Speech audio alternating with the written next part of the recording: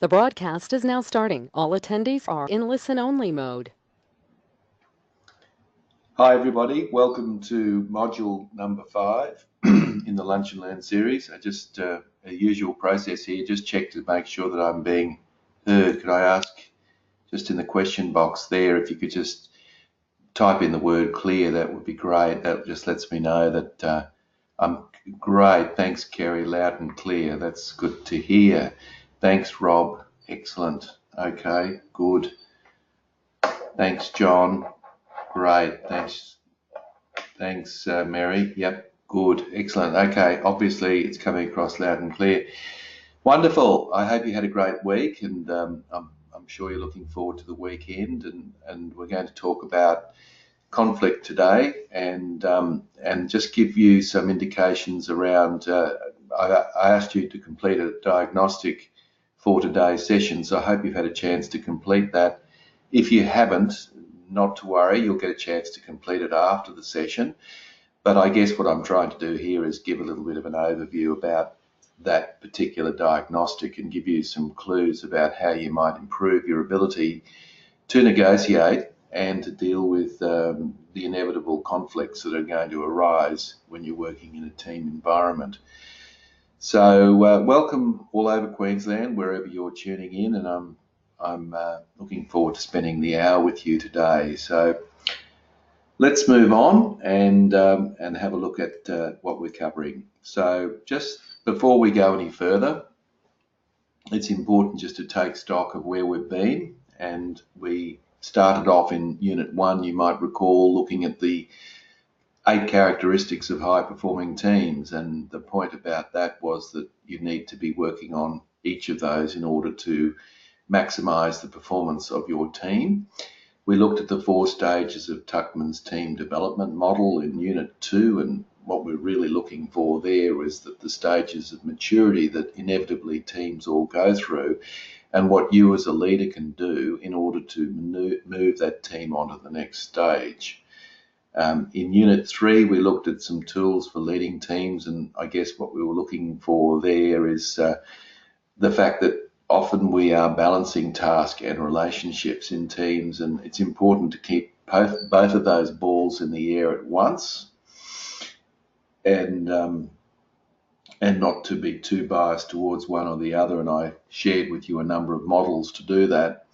In Unit 4, we looked at the roles that people play in teams, and I hope you've had a bit of fun with that and just thought a little bit about that and in more detail about what sort of orientations people have when they come to a team environment. And it's based on very good reputable research by Meredith Belbin, who suggests that when people come together in any circumstance, they will tend to play a role in that team environment. And the trick for us is to try to be able to utilise that role as much as we probably can, at least understanding it, but utilising it too for the betterment of the team.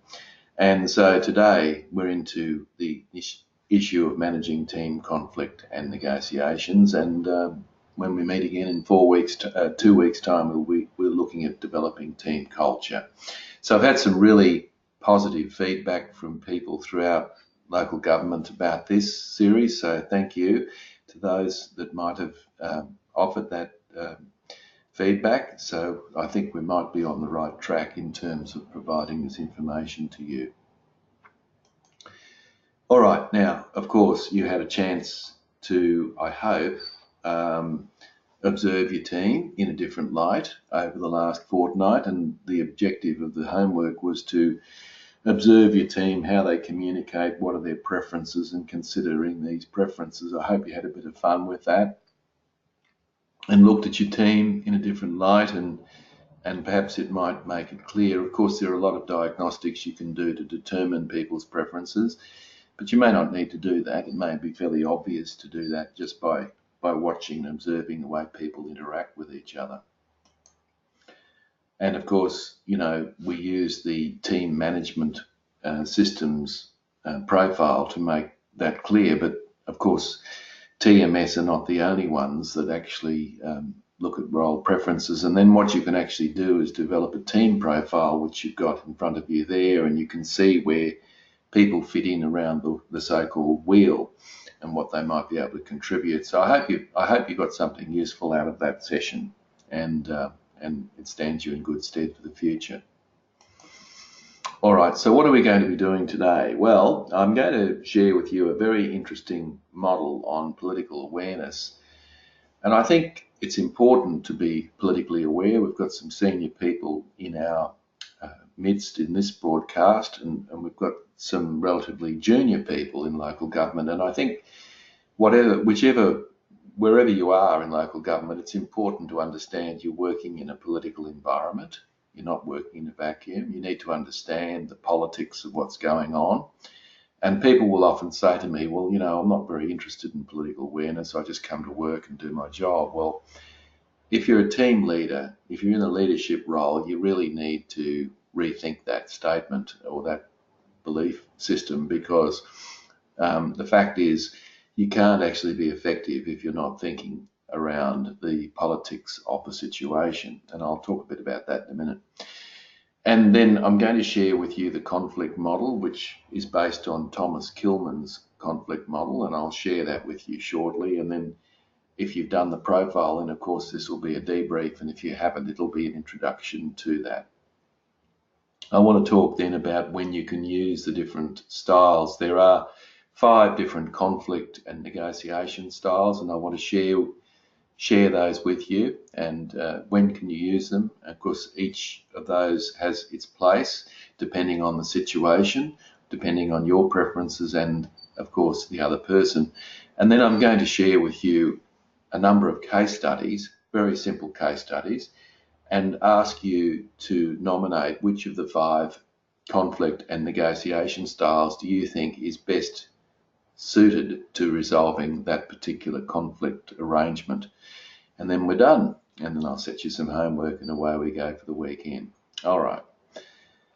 So let's have a look at this Baddeleys model of political skills for leaders. And I think it's important. I want to share, apart from being quite an entertaining model, it's very, very interesting to actually consider, first of all, where you sit on the model, and also to consider where some of the people in your team sit in the model. So let's have a look. Let's start the model.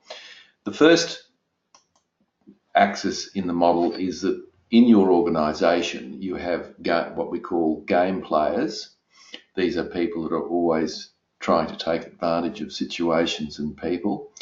I'm sure you're aware of a number of game players in your organisation. They're usually quite they stand out. It's fairly obvious who they are. Hopefully you're not one of them, because it doesn't actually help you completely in the long run, because everyone knows you're a game player. So they're very, very conscious and aware that you may well be trying to take advantage of them. And then at the other end of the spectrum, which is on the right-hand side, we have people who act with integrity.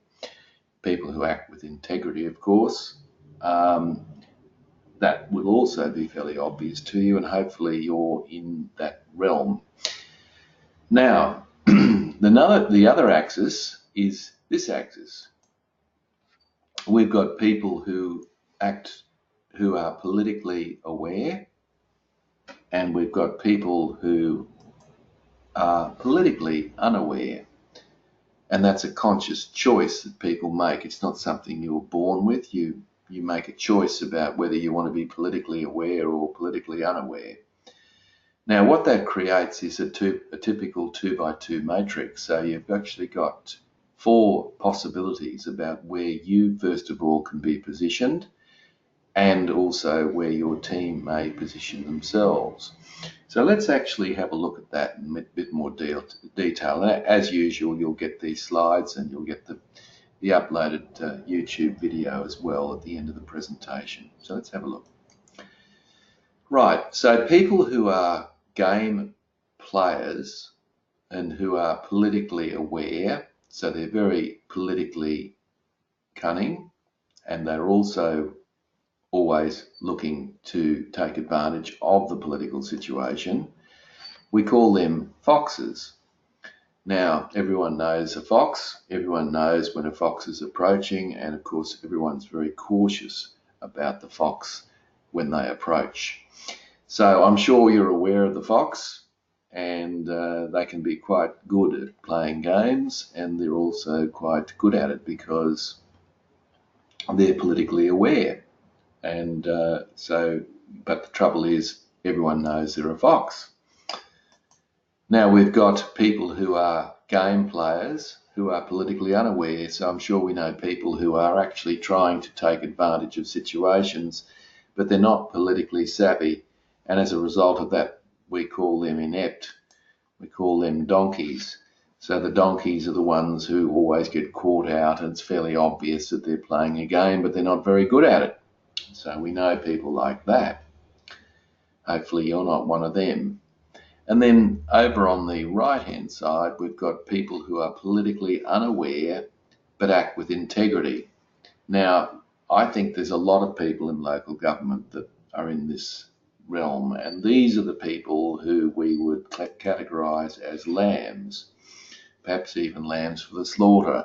They come to work, they say, look, I'm not interested in politics, I just want to do a good job. I come here, I do my job, I go home. And they make the assumption, of course, that they're working in a vacuum and that certain situations aren't actually impacting or affecting them, when in actual fact they are.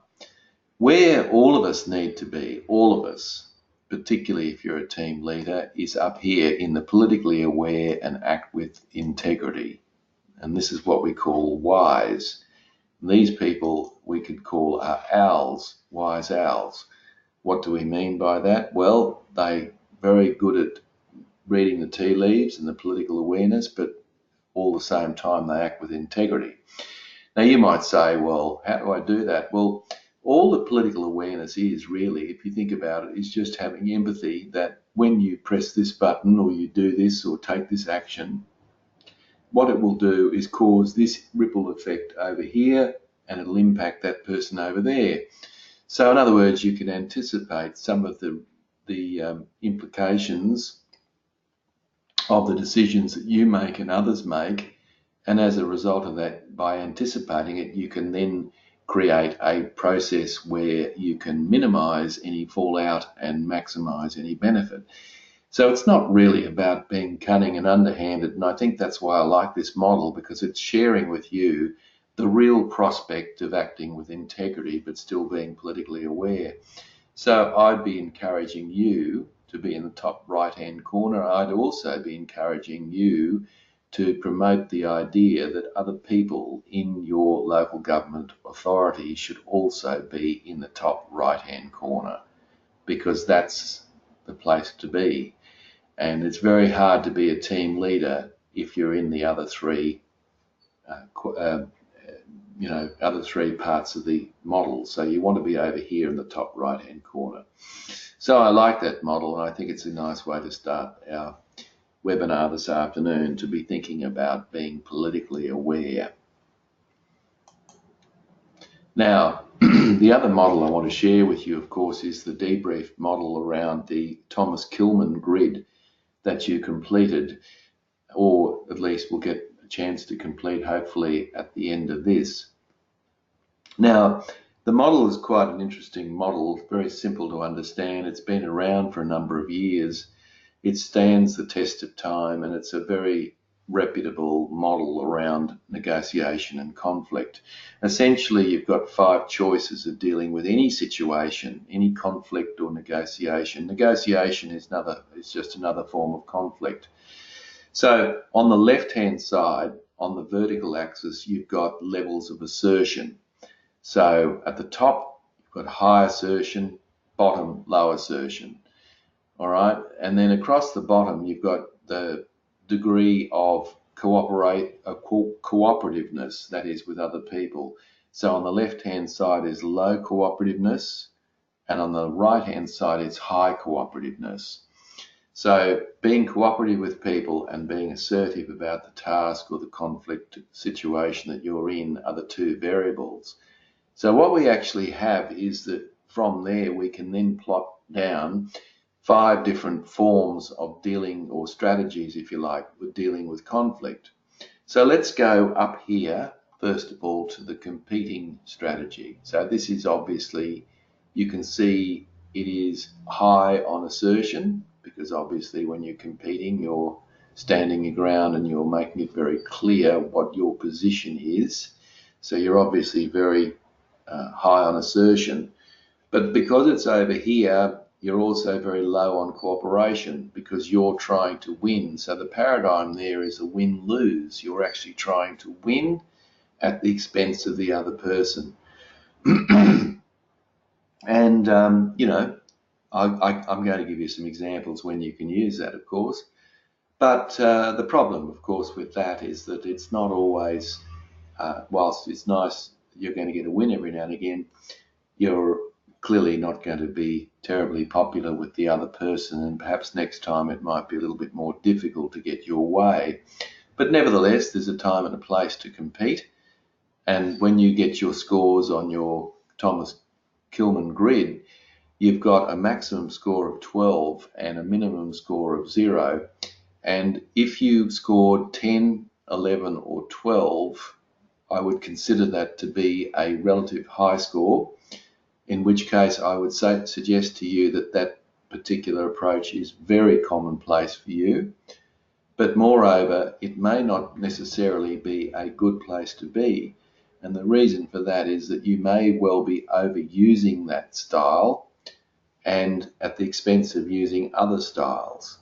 So have a look at your score and look at your competing score. And if it's relatively high, it probably suggests that you are seeing a lot of things in local government around a win-lose, or perhaps even a lose-win, depending on where you are in terms of the conflict. Now, that's one, and it's got its time and place, and I'll explain all that to you in a moment. Now, if we go to the opposite, which is the accommodating over here, you can see that it's low on assertion. So when you're accommodating, what essentially you're doing is you're letting the other person win at your expense. So you're letting them win the battle, so you could arguably win the war. Now, if you do that, then obviously there's a high level of cooperativeness because you're allowing the other person to get their way, and a low level of assertiveness because you're not asserting your particular way. Again, have a look at your scores. If you had a high score in accommodating, it may well be that you're allowing people to perhaps take advantage of you too often. In fact, if you've got a high accommodating score, it's likely that you are being taken advantage of, because if I had a choice between going to somebody who I knew I'd have an argument with or someone who I knew would probably accommodate and cave in, I'd go to the latter, wouldn't I? Because it's an easier path to go to, and people who spend a lot of time accommodating will end up being taken advantage of because it's easy for others to do that. But those of us who are in any sort of long-term relationship would understand that in a relationship we need to be doing a lot of accommodating, because the relationship's actually more important often than the situation that we're arguing about. So what we do is we tend to let the other person win. Now, which leaves these three, which I'll cover. Now, the avoiding is obviously low on assertion and low on cooperation. So in other words, if you avoid a conflict, you've decided not to actually go into battle. So you might defer it or delay it or deflect it, whatever it might be, you're actually avoiding it. Now, you might say, well, that's not a very good approach. Well, there are certain things that you have to avoid. If you got involved in every bun fight in local government, you'd get nothing done. So there's a lot of things that we've just got to let go in local government, and so there is a time and a place to avoid. You've got to pick your battles, of course. But having said that, if you've got a very high score in avoiding, it's probably likely that you feel inclined to avoid things that you actually should be involved in. All right, and that's problematic because you might be deluding yourself into thinking it doesn't really matter, and then find that you probably should have got involved in that earlier on. So that can be a problem. Now, if I go up to, well, let's go with compromise. Now, why is compromise smack bang in the middle of the model? Well, when you compromise with someone, you're being assertive to a point, aren't you? I mean, you are giving and taking. So the very nature of compromising is that you are willing to give something in return for other concessions that other people are willing to give. So it's kind of like a win-win situation, as they say. But also in terms of cooperation, when you're working with someone else in a win-win type bargaining arrangement, it's not necessarily that your relationship is going to be completely intact, because there's going to be times and places where you're going to ask for concessions and then you're willing to give concessions.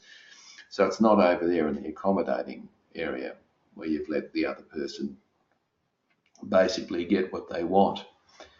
And the last one there is the collaboration. Now, when you collaborate, and of course, if you've got a high score in compromising, that's great news in one sense, but in another sense, you might find it very, very frustrating when you're dealing with someone who doesn't want to compromise with you. So if they don't want to compromise with you, it's enormously frustrating, because remember, that's your modus operandi, that's how you like to operate. And you're thinking, well, why wouldn't this person just be reasonable and want to accommodate, want to compromise? So that will be your Achilles heel.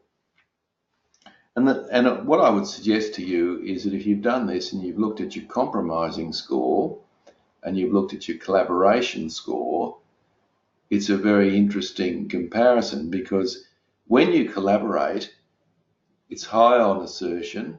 Why? Because you're actually attempting to work with the other person to come up with a new solution to a problem. So this is not about giving and taking. This is about coming up with a new way forward. And you've got to cooperate and work effectively with the other person, hence the fact that it's high on cooperation and high on assertion.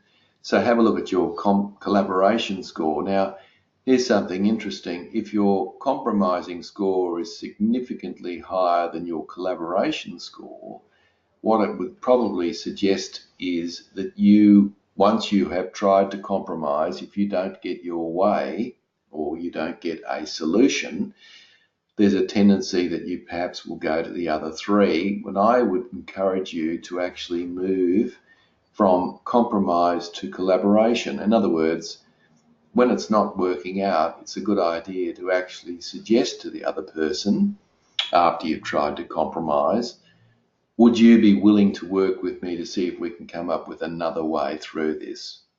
Which is a great question, because what that does is it tests the water on the other person to see whether they're willing to collaborate with you, that is, to come up with a brand new solution.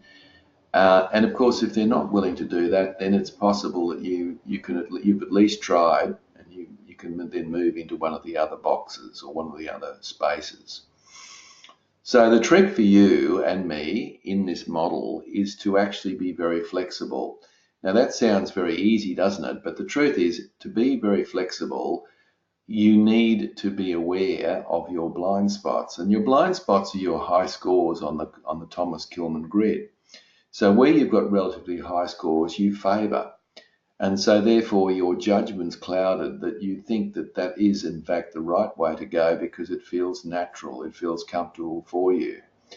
So what I'm trying to do here is create an awareness for you to understand that maybe I'm not looking at this as totally objectively as I probably could. So the trick is that you should be all five things if and when that arises. In fact, I should be able to walk up to anyone in your team and I should be able to say to them, here's the grid, I just explained it to you, where would you put your team leader? And what answer you would want is this: I don't know. Sometimes they're this, sometimes they're that. It really depends on the circumstances as to how they deal with conflict and negotiation. That's what you'd want to hear, because that suggests very clearly that you're willing to be adaptable and flexible. What you don't want people to say is, oh no, she's always competing, or he's always compromising, or she's always avoiding or he's always accommodating. If you do that, then you're typecast into a certain style of dealing with conflict, and that's not good, because let me give you an example why that's not good. If people know that you're always competing, that's your style, win-lose, then they have, in their mind at least, two choices. One is I either fight fire with fire, so when I'm competing with you, I'm going to be super aggressive because that's the only way I'm going to beat you. So you'll find you're attracting quite aggressive players. But on the other hand, there'll be other people that say, well, I know what you're like, it's either win or lose for you, and I'm not playing that game, so I'm not going to bother telling you, or I'm not going to bother entering into that negotiation with you. So you see, it can create problems for you by being typecast. All right, so let's look at each one and try and understand where you would use it. So let's start with the competing. When would you use competing? Let me have a look. So look, if you've got to make a quick decision at work and you've got to be decisive with your team, obviously that's the best way to go, because you can make a quick decision and you just get on and make it. You don't have time to collaborate. You don't have time for discussion. It might just have to be done ASAP. So that would be a time and a place. Now, you wouldn't want to be using that as an excuse that you had no time to talk to people, so that's why I've competed. But if it's real, then it's fair enough. You can do that, as long as you're not doing it all the time. Now, if another party is trying to take advantage of you, then sometimes it's important for you to dig your heels in and let people know in a respectful but assertive way that that's not on. So that's where you would use competing, so that you just have to let people know that I've drawn a line in the sand and that's where we want things to be. So that would be fair and reasonable in those circumstances. And another reason that you'd use competing in dealing with a conflict with your team is where you have to make an unpopular decision with your team. So this is a decision that just has to be made. There is no choice. You just have to do it. So instead of sugarcoating it or trying to consult with people when in actual fact the decision's already been made, then you're probably best just to get your team together and say, look, you're not going to like this. It's not going to be popular, but this is what's got to happen. If you did that, at least you would be respected for being upfront about it and not trying to sugarcoat some decision that clearly cannot be changed.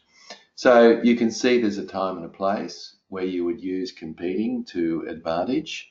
But of course, if you use it too often, you're going to be put into a position where you're not willing to compromise or collaborate. And so therefore, people will treat you accordingly.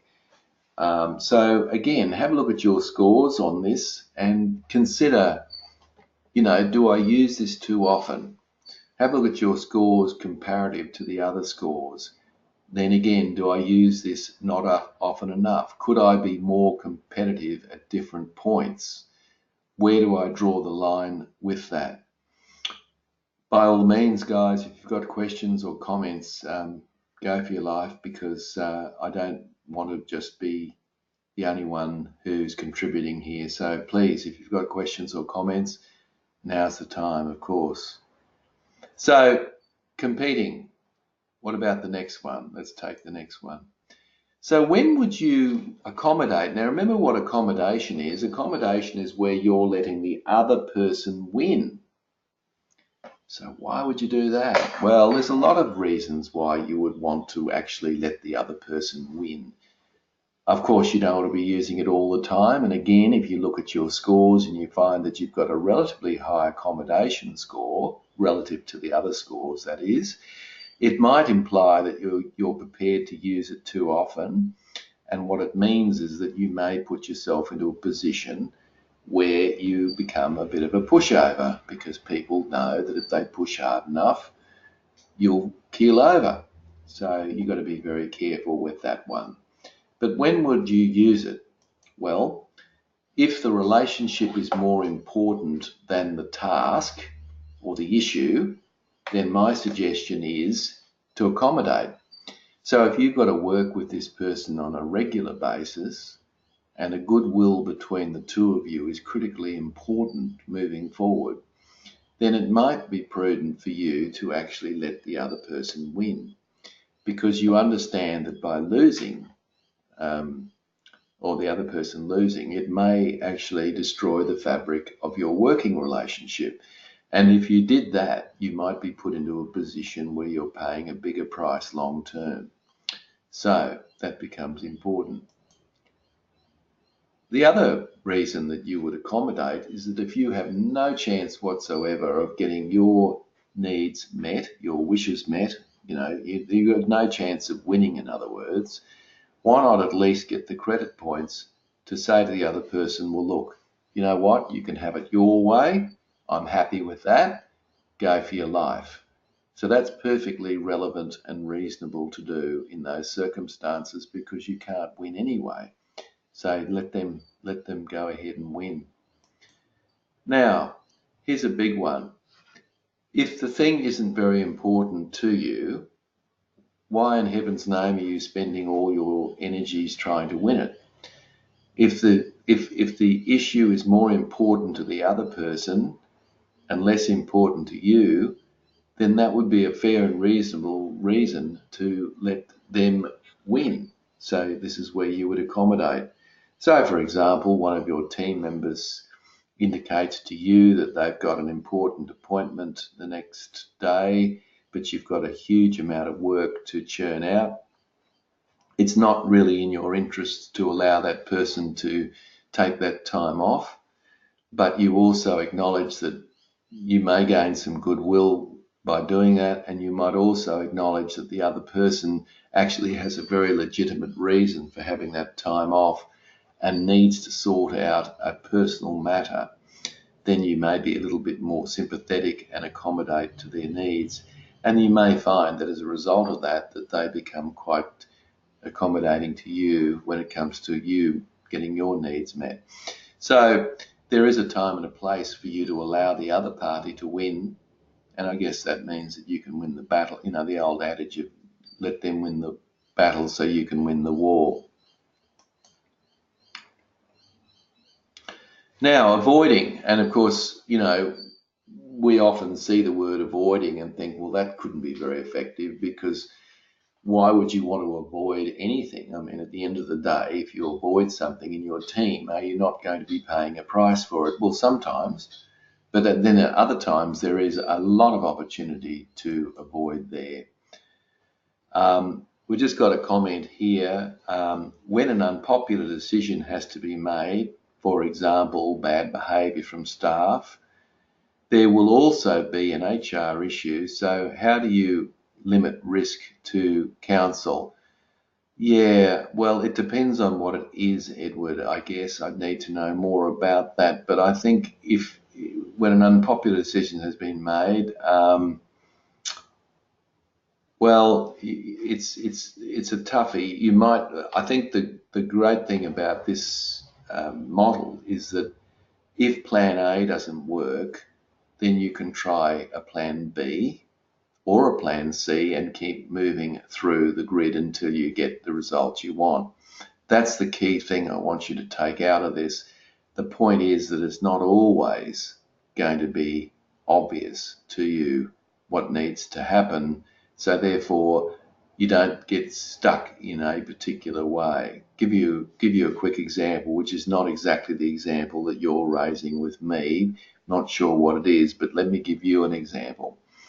Let's say that two people are talking to each other with raised voices in the office environment. So these are indoor workers. They're raising their voices to each other. And you overhear this, of course, and then you think to yourself, well, they're adults. I'll let them try and sort out their problems because I'm sure they can do that, and I don't want to get involved because I'll let them sort it out. So what you've decided to do in the first place is actually avoid. In other words, I'm not going to get involved, so I'm avoiding. So you let that go for a while. And then what happens is that the altercation is getting more and more aggressive. So it's very clear that avoiding is not going to be the appropriate way to move.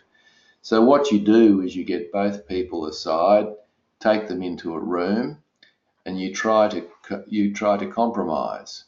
You ask for each person's point of view, you try and get to the bottom of it, you try and mediate, you do whatever you can to get an outcome that both parties will agree with and that you're happy with.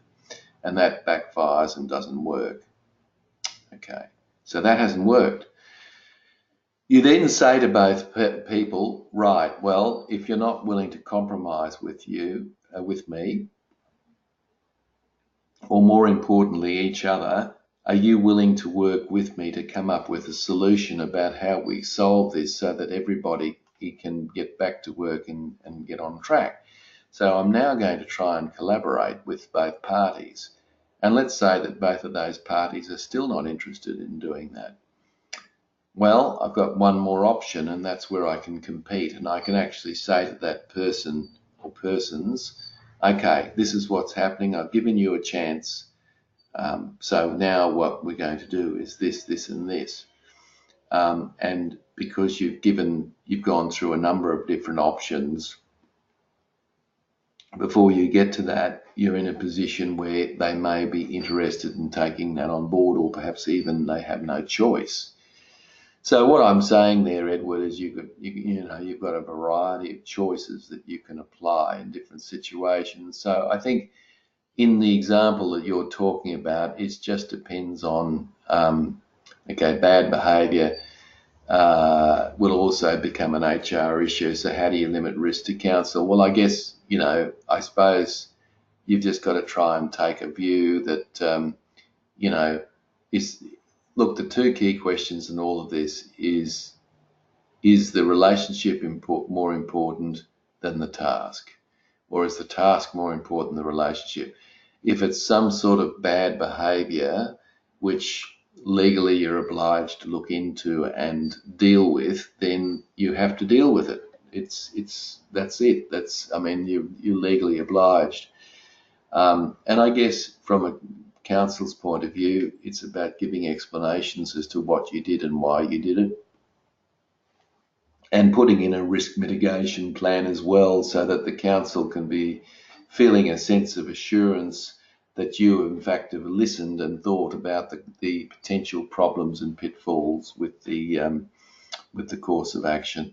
So hopefully that's given you something to think about at least. All right, so when would you avoid?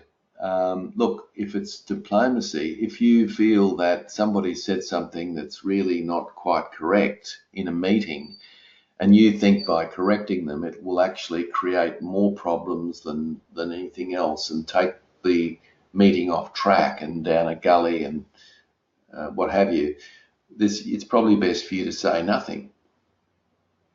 So don't correct them, because really in the big scheme of things it's not really all that important. There is a bigger sort of decision that you want out of the meeting, and you don't want to sidetrack it down somewhere where you can't retrieve and get back to where you want to be. So that would be an example. Obviously, if you want to put off a decision until people have calmed down, so you might find that people, for example, are feeling quite heated about a situation, and you just think that in those circumstances it probably wouldn't be a good idea to continue, then you might recommend that you adjourn that discussion and come back at another time, which is fair and reasonable. Look, when neither the relationship or the issue is important to you, then it's probably quite obvious that you shouldn't get involved. And let's face it, we could spend our whole life in conflict and negotiation in local government. So you just let it go. You don't need to get involved in every bun fight around the place. Frankly, you can't. So, let some things go. Who's the keeper, as they say. Of course, when you're talking with someone, and this may well be a member of the public as well, or any stakeholder for that matter, or a counsellor, if you're talking and you don't have the answer at your fingertips, then don't bluff your way through. actually say to the other person, look, I'll investigate it. I'll get back to you as soon as I've got the answer and I'll let you know. But at the moment, I don't know. So what you're doing is you're buying yourself time. You're not fobbing them off because you've indicated to them that you will get back to them in due course, but that you've got to do your due process of investigation.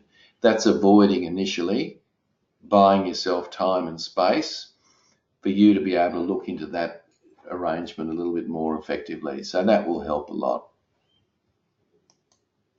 So when would you collaborate? Now, in situations where the issue is important and the relationship is important, and I see lots of examples in local government around collaboration. I mean, during the amalgamation, of course, councils had to collaborate with each other to make things work. So where the other person is important that you're working with in the team, and where the task or the issue that you're working on is important, then that's fertile ground for you to get together with the other party or parties and start to think about ways and means of doing it. Of course, you need the luxury of time, and one of the problems with collaboration is that if you don't have a lot of time, it's not going to work, because you've got to really put things on the table and discuss things, don't you? And so sometimes if with a time issue, you may not get that opportunity. If both parties are motivated to get a result, then it would be worthwhile to consider collaboration, because both parties are motivated to get an outcome. So therefore, that's a good thing. And that's why I think it's often a good question to ask people, are you willing to work with me to see if we can resolve this so that we're both happy? That's a good way to sometimes test the water about whether we can collaborate.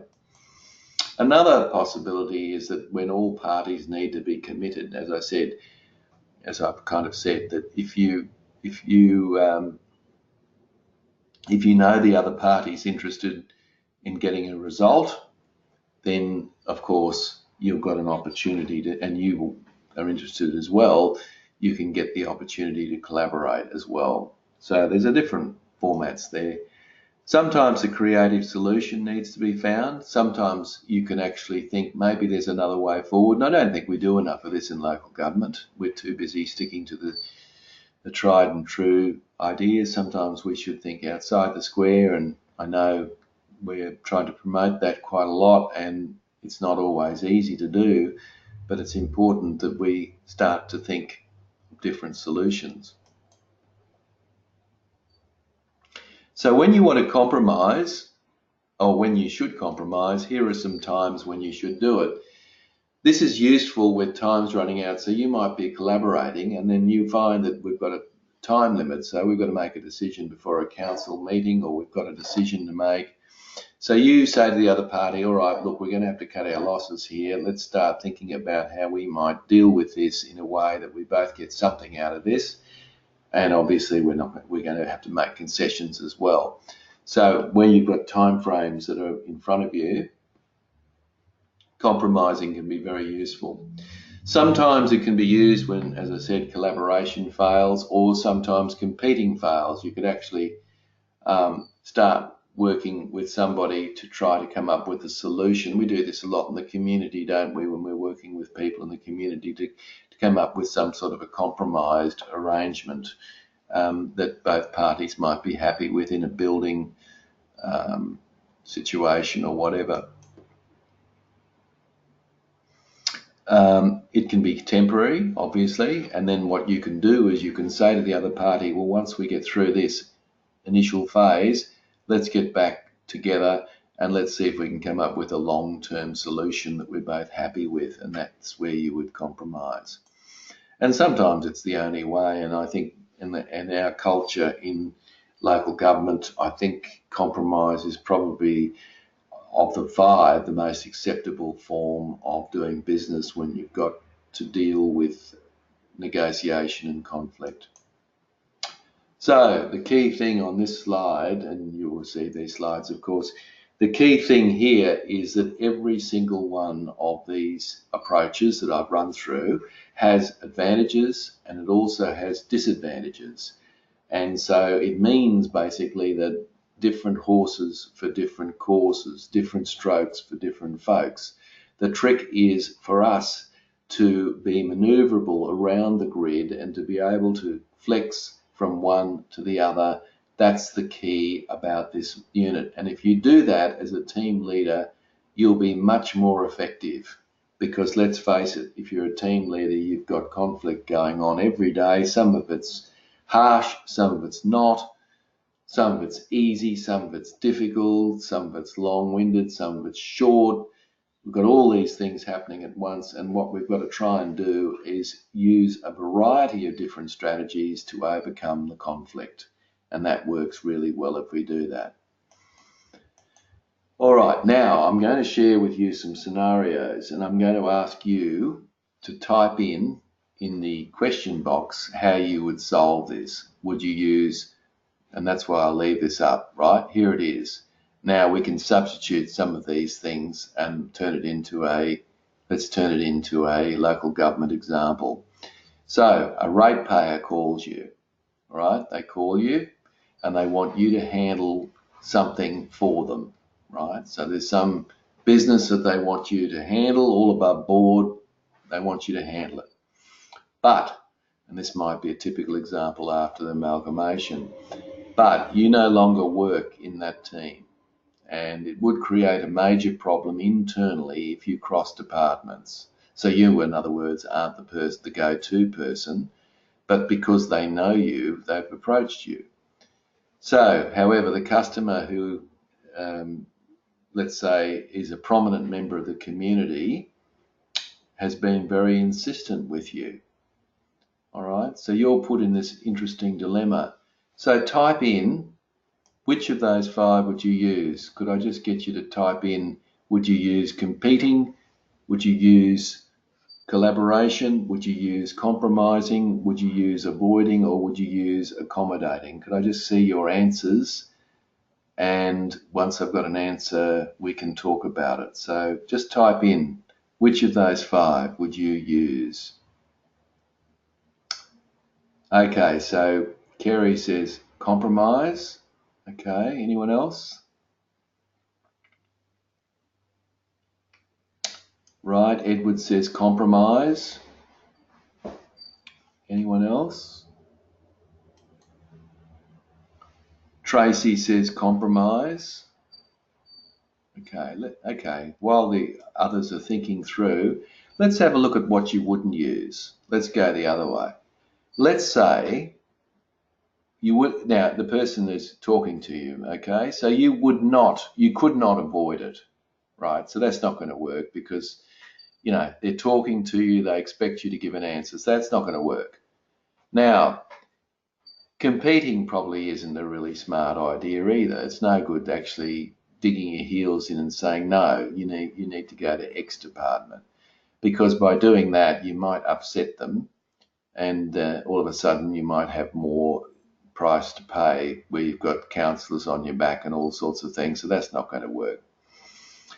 You could, at a pinch, accommodate, but it wouldn't be a good thing to do. In other words, if you took the order, you're going to have a problem internally, aren't you? And what that means is that you probably will find that you've trained that person to come to you every single time they've got an issue, even though it's not you that deals with it.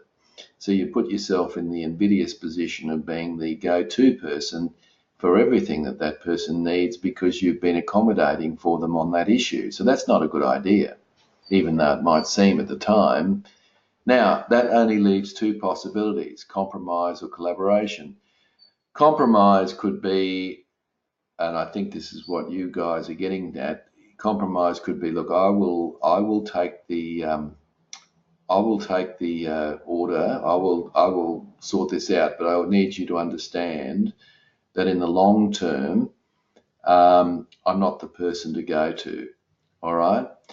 You could collaborate as well, where you could say to the person, look, I will introduce you to my offsider who happens to be working in another site or depot or something, and we'll get them to sort it out for you. But I'll make the introduction to you so that you've got some headway into there. Now that's collaboration. Everybody, you're trying to actually solve the problem for everybody. So it's definitely, Edward says, yes, exactly, Tim. Okay, thank you. So look, it's up to you how you go, but that's where you go with that one. Have a look at this one. This next one is a personal one. So this becomes a little trickier. Okay, let's look at this one. So this isn't a council thing. This is a personal one. So I want you to do the same thing. I want you to type in how you'll deal with this. You've had your car in for repair, okay? And although they claim they fixed it for you, you've got exactly the same problem. All right? So let's say it's a noise under the bonnet or something. It is not a regular fault and it's obvious. Now you paid your bill when you collected the car and you're not prepared to pay any more. So they're the only dealer that is at all convenient to you. You want your car fixed properly now. So which of those 5 would you use? All right, so that's an interesting one. So just type in what you would do, put in that position. Let's see how we go with that one. So would you compete? Would you cooperate? Would you collaborate? Sorry, would you accommodate? Would you collaborate? Would you avoid? What would you do? They've got your car, or you've got your car back, you paid your bill. What do you think might be the right way to go in dealing with that? Now, the red herring, of course, is that the dealership is convenient to you, so it is helpful that you can continue to work with that dealership, just because working with another one might actually be a little problematic. So type in, guys, what is your answer? Competing, collaborating, compromising, avoiding, or accommodating? Let's see. Okay, here we go. So Peter says, I would compete. Edward says, complete set limits on dealership. Okay. I think I'd try and read the situation and see if they can be collaborated with, but if not, maybe competing, says Kerry. Tracy says competing. I would compete personally. No, you don't have to be hostile about it. Yeah, thanks, Rob. You're saying that.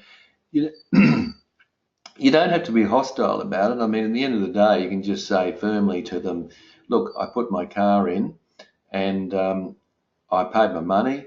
The problem is still obvious to me and I need it fixed, please. When will you be able to get it fixed? Right? That's still competing. It's just doing it in a polite way. So I think that's the only answer, because let's look at what you wouldn't do.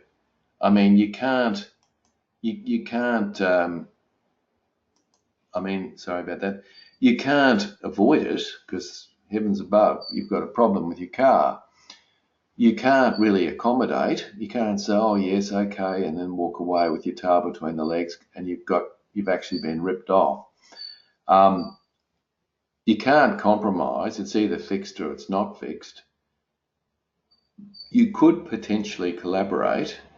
So I agree there's potential to do that, and Kerry's mentioned that, but I can see that maybe if it's a tricky thing that you might be able to get into some sort of collaboration. But my view is, in the first instance, you might compete. Have a look at this next one, number 3. Let's see how you go with that. Number 3, okay. So you're a manager of a team that currently uses a manual recording system, and your analysis shows greater productivity if it's automated. Susan Jones runs a similar kind of operation in another team, okay? So you've got opposite ways. She disagrees with your proposition, citing customer concerns and employee resistance, plus technical problems with the system you are proposing.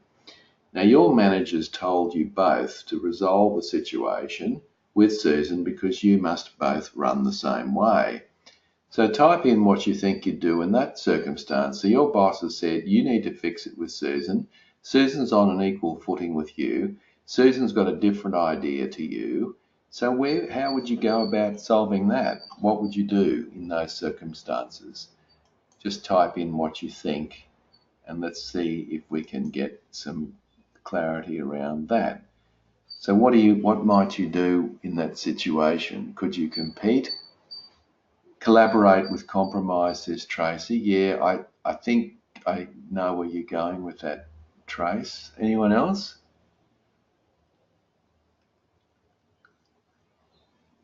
Okay. Collaboration, says Rob. Kerry, yeah, look, I think it is a collaboration. Actually, I reckon that what you need to do is to get together with her and say, look, we need to sort this out. And Edward's talking about a compromise, but in budget, yeah. Look, it depends on. I personally think that maybe a solution might be to trial one for a week, and you actually say to the other person, look, let's try it your way for the next fortnight, assuming that's possible, of course. And then what we'll do is for the next fortnight after that, we'll do it my way. And then what we'll do is we'll compare notes and come up with a solution that we're both happy with and our teams are happy with as well. So I think it's definitely a collaboration, compromising type of a situation. Certainly you can't compete because I think Susan's just as committed to her view of the world as you are of yours. So it's not really a good idea to be banging heads. You're both on equal footing there, but your boss just wants you to sort it out. So I think you're on the right track. Okay, two more and then we're done. You've got your boss has a personal dislike to one of your team. Personal is a key word, and is insisting you fire that person, so not renewing their contract, let's say. Whilst you recognise some occasional problems, you can manage that quite easily, and that person is in fact important to the team. What would you do? Which of those five would you use? So I think there's a key word in there, which is personal, isn't it? So let's see what people come up with, because it's an interesting one. It's a personal one, and you know the interesting thing about this one is it happens more often than we probably think, which is interesting. So anyone like to have a go at that? What are you going to do? Personal dislike, not a dislike around work. I think that's the clue. Yeah, okay, interesting, Tracy, to compromise. I guess it depends on your boss. I guess it depends, as Kerry says, a compromise. I think it depends on a lot of things. I would, I'd avoid it. Rob, I can see where you're going with that. What I think I might try and do is just not go anywhere with it and just test the waters. The person might just be having a bad day and you find they never raise it again. In other words, if I say nothing, it might just go away because it was a personal thing. But if they bring it up again, of course, I might then have to either compete, whereas I might firmly say to the boss, well, look, this is a personal dislike. This is not something that, is necessarily got anything to do with their work. I can deal with them. I know they're a pain in the neck, but at the end of the day, they're doing reasonable work. So, or of course, I might have to end up compromising. And as Edward said, competing but being aware of IR. Exactly. Rob saying avoid. Yeah. Look, I think I might just try a number of different approaches there, but I might just avoid initially just to see whether it's real or not. And if it goes away and it's just they're having a bad day, well, then I don't need to do anything about it, do I? Last one. Manager, you want to design as a manager, you want to design a new system that suits you. Your approach at the managers' meeting is to raise it with the other managers who are all affected by the proposed new system. One of the other managers says it's too costly that way and that each manager should simply offer their approach and the general manager make a decision. So what do you do? So you might want to have a go at that. What do you do? So they're saying, why don't we just delegate it upwards? Do you Do you accommodate? What that would mean, of course, is that you just say, right, no, I'll cave into that and allow it to be managed by I don't think that's a good idea. I think that perhaps what you might actually do at that point is to collaborate and just say, why don't we try and sort this out first? If we can't sort it out, by all means, the manager can get involved, but as a last resort. But let's at least, first of all, have a go at it. That's certainly what I would do. I don't know how other people feel about that. What do people think? Would that be a fair way to go? I mean, it's too easy to just say, let's hand it to the boss to make the decision. I mean, frankly, shouldn't you try and sort it out first before you manage it and send it on to someone else? I wonder. Yeah. Yes, thanks, Tracy. Yeah, I've got a bit of confirmation there. That might be the way forward.